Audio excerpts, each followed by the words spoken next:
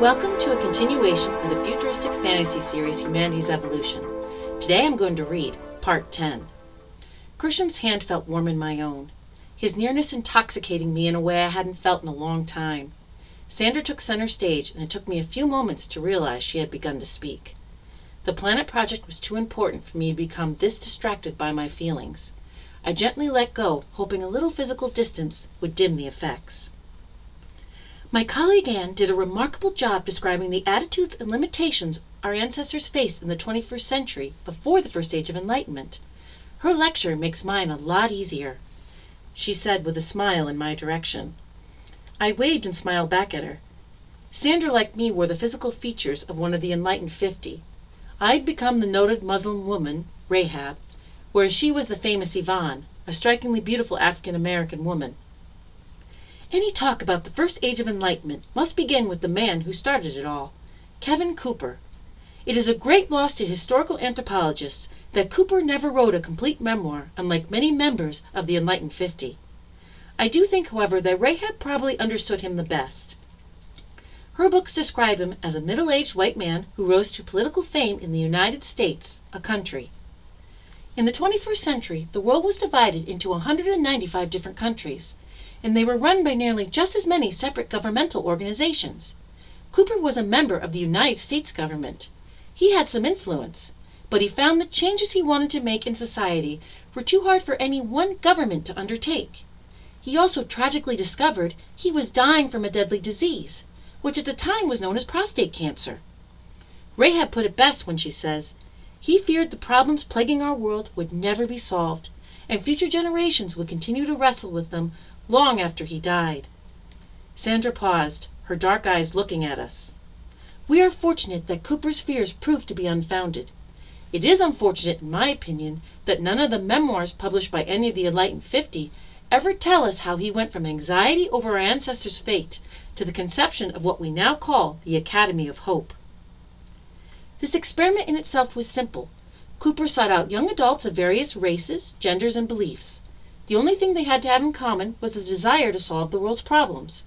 They met and worked together for one solid month in what Cooper called the Academy of Hope. Rahab remembers having severe doubts about this experiment as an academy student. She writes, "No one knew at the time what we would become ultimately. We were all so different and had more than enough reasons to dislike, even hate each other." Sandra paused, peering at all of us again.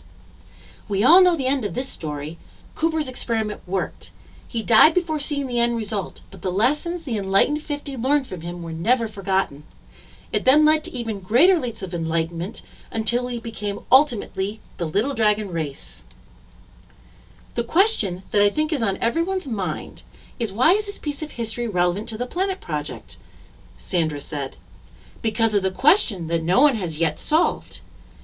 It is one that historical anthropologists and theologians of all faiths continue to actively debate. Was the first age of enlightenment inevitable, or was it a miracle? I don't know the answer, but the answer will be very relevant to the new physical species we will be creating for the Planet Project. They will face many of the same challenges as we have, and as their creators, we will have to accept that whatever they become will be our responsibility." I believe strongly that Anne and Gershom's idea of giving the new species a social code that will help them to avoid many of the mistakes we made at our emergence is a good idea. I know it will help them to eventually take their place alongside us. Sandra concluded. My friend then asked if anyone had any questions.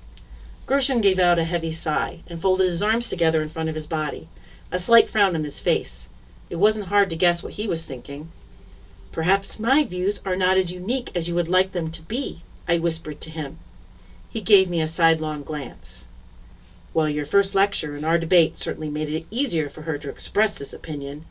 I wonder if you hadn't been so eloquent earlier, if her lecture might have taken a different turn."